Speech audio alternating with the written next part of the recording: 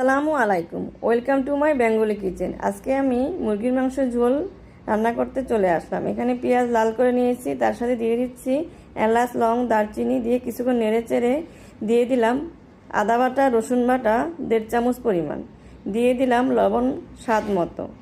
এরপর দিয়ে দিলাম মরিচের গুঁড়া 1 চা চামচ, হলুদের গুঁড়া 1 চা চামচ।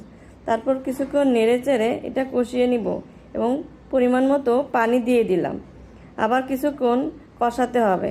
কষানো সুন্দরভাবে করে নিলে মাংস রান্নাটা অনেক মজা হয়। এরপর দিয়ে দিলাম মুরগির মাংসগুলো। আমি এখানে 1 কেজি পরিমাণ মুরগির মাংস দিয়েছি। মুরগির মাংস অনেকক্ষণ কষাতে হবে, কষালে মুরগির মাংস রান্নাটা অনেক মজা হয়।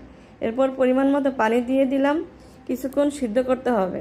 তারপর দিয়ে দিলাম জিরার গুঁড়া। জিরার গুঁড়োটা আমি বেটে নিয়েছি পাটায় বাটানো জিরাটাই বেশি মজা হয়ে গেল রান্না।